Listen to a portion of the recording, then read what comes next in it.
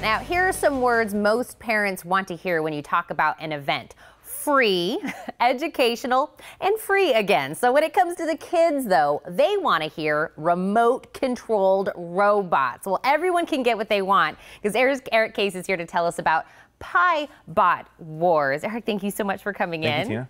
Now, we were kind of spending a lot of time right now actually talking about pie, as in the pie that you eat, but that's not the kind of pie we're talking about. That is not the kind of pie. So this is Pi, P-I, as in the number 3.14. It just it goes on forever, right? So it's a play. It's a product from a UK company. They have several different Raspberry Pis. The little models we have on the table here in front of us are using Pi Zeros, which are a $5 computer. A $5 computer. A $5 computer. First, that again falls into that the parents are listening. It's a $5 computer, and the ones that we're looking at, I love the one with the eyeballs. That so far is my favorite. But I can see that there's different kinds. There's a whole variety. So these are two kits that we picked out that we thought people could use. They're simple. The four-wheeled robot in pink with the eyeballs is Mary DeGrazia's. She's one of the co-organizers. She's actually out of the country on an investigation right now for cybersecurity. So she 3D printed the model, the body itself, added the eyes as an extra little, incentive, some bling, if you will, for the robots. And we just used like an $11 Wii remote you can buy off and they actually eBay, remote controlled. Yep. So when we come to the event, are we going to be able to see some of them actually doing whatever it is that they do?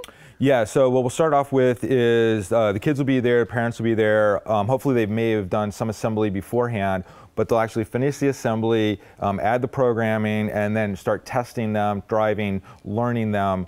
At the end of the day, we've got a contraption we'll add to these. I'll pick this guy up. Yep. And so we'll put a balloon back here. Okay. And it'll be a coat hanger we've bent. It'll come out front. Okay. And so you run and you pop the other guy's balloons. Oh. So like a little derby. Right? Interesting. Last balloon is the winner. Yep. Right? We'll also have another contraption that'll have an egg, so you can bounce an egg on here, get an egg through an obstacle course, standard engineering thing with the egg carry. Yeah. First person to get through the obstacle course without losing the egg wins that event. The winner. That is so interesting. Now, I'm sure a lot of people ask, how much technology do I really have to know in order to come and do one of these? We're hoping for beginners. Beginners. That's perfect. That's me. So when we say who should attend, beginners, somebody like myself, but is there an age range of kids that this is perfect for? Yeah, we want kids of all ages. Okay. If they're under 19 or under 18, we want a parent or guardian because we don't want to be responsible for the minors. But we're hoping high school kids, middle school kids, elementary kids, if they have the concentration to do this. Maybe they need mom or dad's help to do that a little bit, so that might be a little young.